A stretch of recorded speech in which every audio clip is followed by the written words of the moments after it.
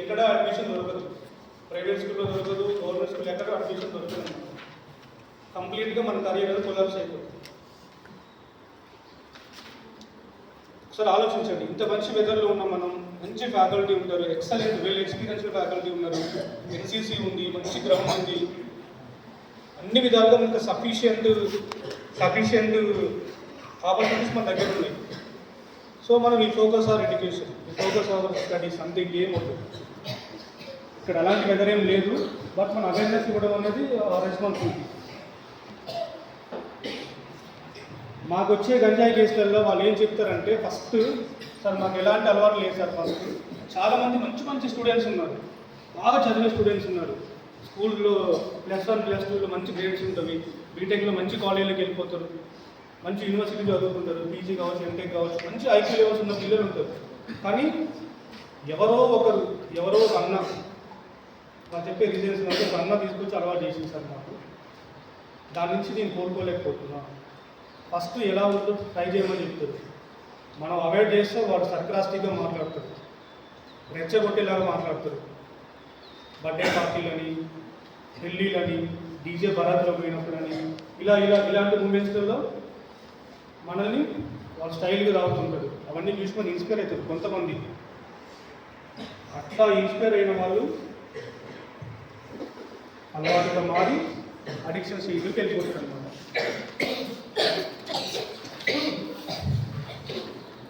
International drugs day ఎప్పుడన్నా తెలుసు ఎవరికైనా? International drugs awareness day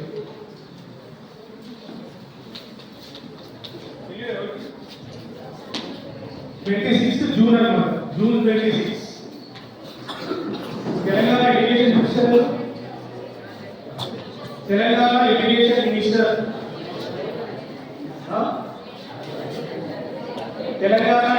minister Revanth Reddy CM sir దగ్గర ఉందా డిపార్ట్మెంట్? ఎడ్యుకేషన్ మినిస్టర్ కూడా మన సీఎం సార్ దగ్గరే ఉందన్నమాట. జూన్ 26 రోజు సార్ మనకు ఒకటి కొత్తగా స్టార్ట్ చేసింది, తెలంగాణ యాంటీ నార్కోటిక్స్ బ్యూరో వాళ్ళతో కలిపి ఆపరేషన్ ఈగల్. ఈగల్ అంటే తెలుసా? దాని ఆపరేషన్ ఈగల్. మనం ఊర్లలో చూస్తుంటాం, గద్ద ఎంత హైట్లో ఫ్లై చేస్తుంటుంది, చాలా హైట్లో ఫ్లై చేస్తుంటుంది అనమాట.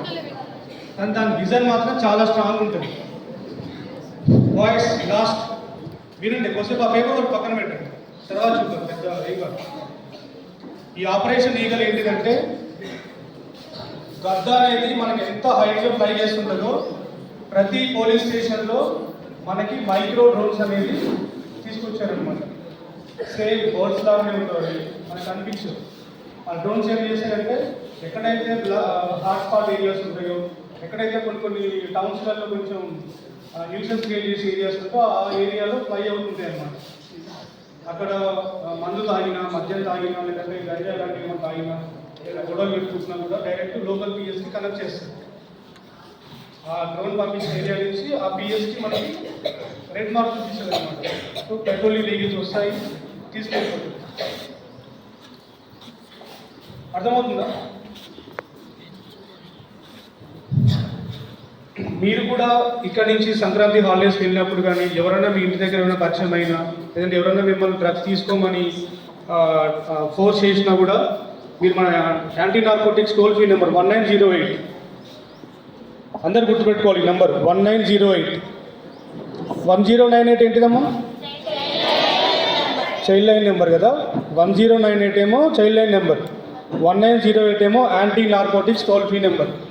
మీరు 1908 కాల్ చేయొచ్చు, లేదంటే మన పోలీస్ వాళ్ళ నెంబర్ ఎంత 100 డైల్ చేయొచ్చు. ఎస్పెషల్లీ విలేజ్లలో ఉండే పిల్లలు కావచ్చు, ఇంకా రిమోట్ ఏరియాస్లో కూడా ఈ డ్రగ్ కల్చర్ అనేది, ఎస్పెషల్లీ గంజాయి అనేది పాచిపోతుంది అన్నమాట. సో అందుకే మీరు ఇంటికి పోయినప్పుడు కొంచెం కేర్ఫుల్గా ఉండండి. ఎందుకంటే ఒకసారి కనుక మన గంజాయి చేసి అరెస్ట్ అయితే NDPS యాక్ట్ 1985 ప్రకారం ఎక్కడ ఏ పోలీస్ స్టేషన్ లిమిట్స్లో దొరికినా కూడా ఫస్ట్ నల్గొండలో DTC ఉంటుంది, మనకు district police training centre DPTC అంటారు. అక్కడ తీసుకొస్తారు. నువ్వు మీ ఫ్రాంక్గా చెప్తున్నా, స్టూడెంట్స్ అయినా ఎవరైనా సరే NDPS యాక్ట్ కింద అరెస్ట్ అయితే మాత్రం ఫస్ట్ నల్గొండలో డిటీసీ ఉంటుంది, అది ఏ పోలీస్ స్టేషన్కి సంబంధం ఉండదు, స్పెషల్ వింగ్ ఉంటుంది అక్కడ, టాస్క్ ఫోర్స్ పోలీస్ ఉంటుంది, అడిషనల్ ఎస్పీ క్యాడర్ ర్యాంక్ వాళ్ళు ఉంటారు అనుకుంటారు. తీసుకొస్తారు, సేమ్ పెద్ద హాల్ ఉంటుంది, అందులో రూమ్స్ ఉంటాయి అన్నమాట. మర్డర్ కేసులు కావచ్చు, పోక్సో కేసులు కావచ్చు, గంజాయి కేసులు కావచ్చు, ఇలాంటి వాళ్ళందరికీ స్పెషల్ రూమ్స్ ఉంటాయి అన్నమాట. సేమ్ ఇలానే సేమ్ అలాంటి బెంచెస్ ఉంటాయి అక్కడ. బాయ్స్ లైన్గా లాఠీలు ఉంటాయి కర్రలు, వాటి ఫిజికల్ కట్అవుట్ తగ్గట్టు మనం తెచ్చుకోవాలి, మనమే తెచ్చుకోవాలి. మినిమం ఒక్కొక్కరికి ఎవ్రీడే 50 నుంచి 60 దెబ్బలు పడతారు. 1 వీక్ ఉంచుకుంటారు మన దగ్గర అక్కడ డిటీసీ. మినిమం 50 తర్వాత కోర్టు సబ్మిట్ చేస్తారు. కోర్టు సబ్మిట్ చేసి రిమాండ్కి పంపించడమా లేదంటే డిఎడిక్షన్ సెంటర్ పంపించడం అనేది జడ్జి గారి చేతిలో ఉంటుంది అన్నమాట. అందుకే అలాంటి వాళ్ళ జోలికి ఎవరు వెళ్ళమాకండి. అలాంటి ఇన్ఫర్మేషన్ ఎక్కడ ఉన్నా కూడా మీరు వెంటనే మనకు 190 లేదా 100కి వాళ్ళే చెప్పొచ్చు. మన డీటెయిల్స్ ఎవరు ఎవరికి షేర్ చేయరు, సీక్రెట్గా ఉంటారు. వాళ్ళు వచ్చి వాళ్ళు టెస్ట్ చేస్తారు. మీకు డ్రగ్ అండ్ టెస్ట్ చేశారు కదా, డ్రగ్ అండ్ కరెక్ట్గా డ్రగ్ అండ్ డ్రైవ్ లాగానే same drug and drive kits కూడా ప్రతి పోలీస్ స్టేషన్లో ఉన్నవి. సంక్రాంతి కానీ ఫెస్టివల్ సీజన్లో మీకు ఎక్కడైనా డౌట్ ఉన్నా కూడా పోలీసు వాళ్ళకి వెంటనే డ్రగ్ అండ్ డ్రైవ్ ఎట్లా చేస్తారంటే మన యూరిన్ ద్వారా చేస్తారనమాట. వితిన్ 5 to 10 సెకండ్ రిజల్ట్ వచ్చేస్తుంది. అందులో గ్రేడ్స్ ఉంటాయి, గ్రేడ్ 1, గ్రేడ్ 2, గ్రేడ్ 3 అట్లా. అంటే గ్రీన్ మార్క్ వస్తే పాజిటివ్ వచ్చినట్టు. అయితే మనం డ్రగ్స్ తీసుకున్న వ్యక్తిని, గంజాయి అలవాటు ఉన్న వ్యక్తిని ఎలా ఐడెంటిఫై చేయాలంటే ప్రైమరీ సిమ్టమ్స్ ఏముంటాయి? ఫస్ట్ అతని కళ్ళు ఎప్పుడు రెడ్డిష్గా ఉంటాయి, కళ్ళ కింద బాగా డార్క్ సర్కిల్స్ ఉంటాయి, చీక్స్ రెడ్ అయిపోతాయి, ఈ ఫింగర్ టిప్స్ మొత్తం బ్లాక్ అవుతాయి అనమాట. మెల్లమెల్లగా ఫింగర్ టిప్స్ బ్లాక్ అవుతుంటవి. ఎప్పుడు డ్రై ఉంటాయి, లిప్స్ అండ్ ఫింగర్ టిప్స్ మొత్తం డ్రై అవుతుంటవి. లిప్స్ ఎక్కువ బ్లాక్ అవుతాయి. సిగరెట్ తాగే వాళ్ళు చూడండి, ఎక్కువ బ్లాక్ ఉంటాయి లిప్స్. వెంటనే మెల్లమెల్లగా వెయిట్ లాస్ అయిపోతుంటారు. బాడీ ఎప్పుడు ఇట్లా షివర్ అవుతుంటుంది, ఇట్లా చేయి ఇట్లా పెడితే ఇట్లా వణుకుతూ ఉంటారు. ఎప్పుడు మూడ్ ఆఫ్లో ఉంటారు. ఇంకా ఇంట్లో ఉండే పిల్లలైతే ఎప్పుడు కూడా ఒంటరిగా ఉండాలని ట్రై చేస్తారనమాట. అందరు ఫ్యామిలీ మొత్తం ఇక్కడ ఉంటే వాడు అక్కడ పోయి సపరేట్గా రూమ్లో ఉంటారు.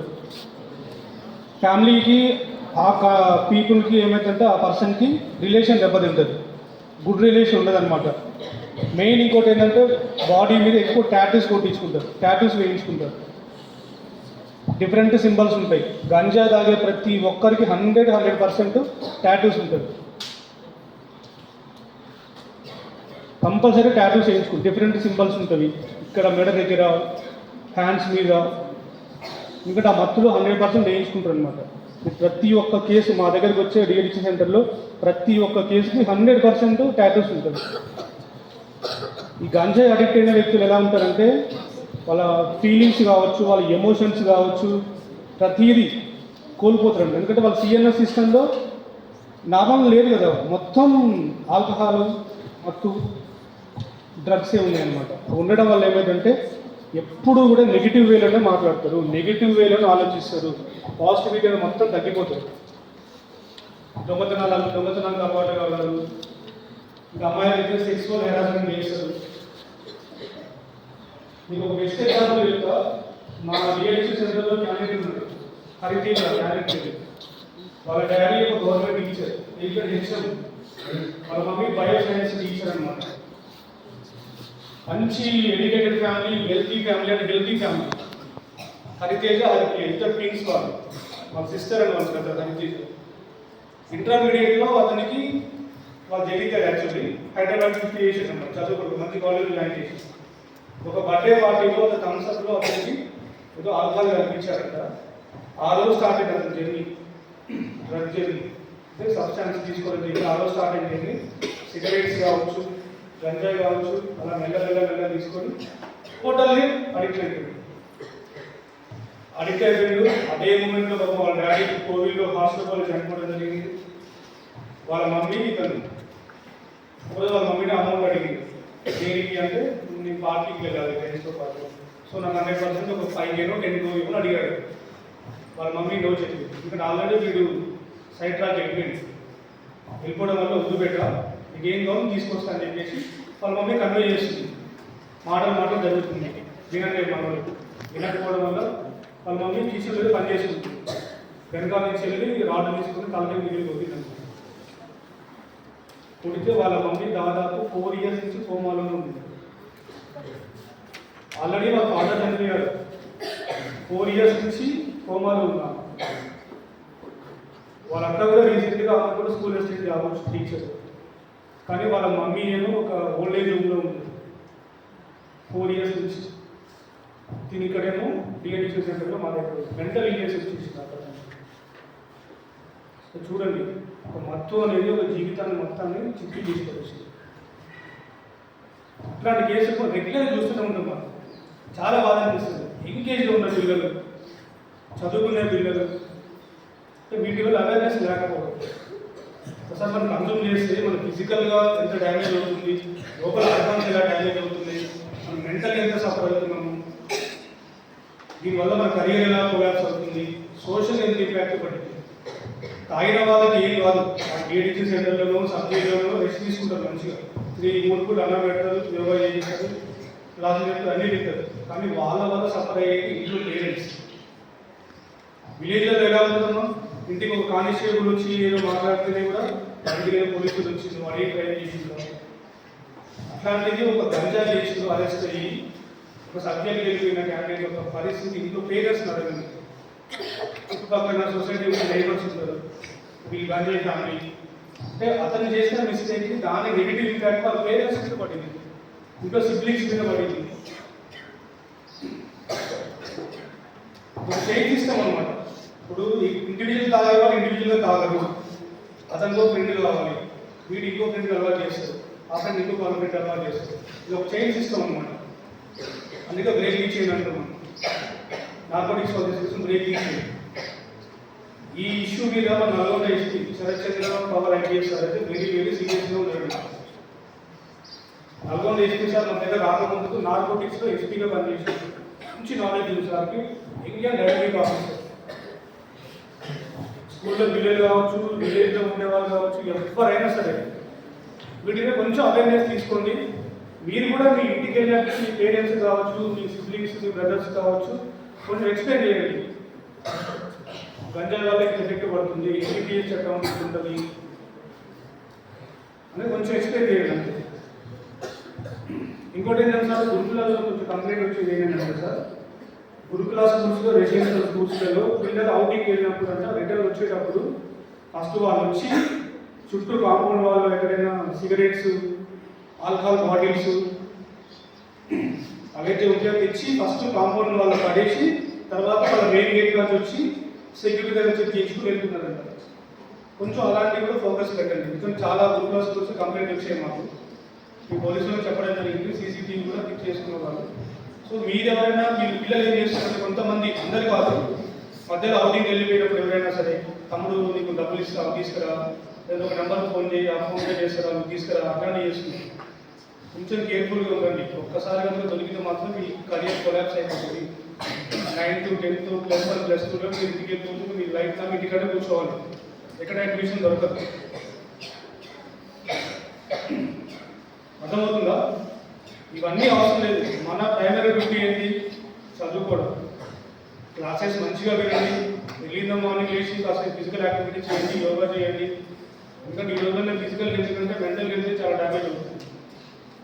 కొంచెం యోగా చేసుకోండి, సూర్య నమస్కారాలు చేసుకోండి, మంచి గ్రౌండ్ ఉంది, బ్రేక్ఫాస్ట్ చేసుకొని మంచి యూనిఫామ్ ఉంటుంది. ఇంటర్నేషనల్ స్కూల్ బాగుంది ఇక్కడ. ప్రేయర్ అయితే ఎక్సలెంట్ ఉంది ప్రేయర్.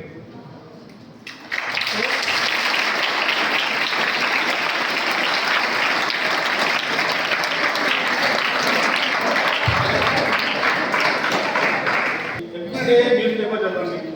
లైబ్రరీకి వెళ్తారా? పేపర్ చదువుతారా? ఎనీ 2 లోకల్ పేపర్స్ చదవండి, ఇంగ్లీష్ పేపర్ చదవండి. మీకు ఎందుకు కావచ్చు? ఓకే, 1 minute ఫినిష్ చేస్తారు. Okay, 1 minute, just 1 minute. Just you focus on your education. ప్రతి ఒక్కరు పేపర్ చదవండి. చదువుతారా పేపర్ అందరూ? ఎవ్రీడే పేపర్ చదివితేనే స్టేట్లో ఏం జరుగుతుంది, నేషనల్ ఏం జరుగుతుంది, ఇంటర్నేషనల్ ఏం జరుగుతుంది, కరెంట్ ఇష్యూస్ ఎట్లా మనం తీసుకోవాలి, ఇంకా డిఫెన్స్ పోయిన తర్వాత రేపు యూపీఎస్సీ రాస్తారు మీరు. ఏదైనా మంచి గవర్నమెంట్ ఎగ్జామ్స్ గ్రూప్ 1 కావచ్చు, డిఎస్సీ కావచ్చు, స్టేట్ ఎగ్జామ్స్ కావచ్చు, ఏ ఎగ్జామ్స్ రాయాలి, ఎన్డీఏ కావచ్చు, సిడిఎస్ కావచ్చు, ఏ ఎగ్జామ్ రాయాలి మీకు కరెంట్ అఫైర్స్ మస్ట్ చాలా ఇంపార్టెంట్ టాపిక్ అనమాట. మీరు ఇప్పటి నుంచే స్కూల్ ఏజ్ నుంచే కనుక కరెంట్ ఇష్యూస్ మీద ఫోకస్ పెడితే మీకు ముందు ముందు ముందు ముందు చాలా ఈజీ అయిపోతుంది. అంటే ఒక పాయింట్ ఆఫ్ ఒక ఇష్యూని ఎట్లా చదవాలి మనం అర్థమవుతుందా? పేపర్ చదువుతుందా? అమెరికా వెనిజులా ఇష్యూ జరుగుతుంది, Russia America crude oil issue జరుగుతుంది.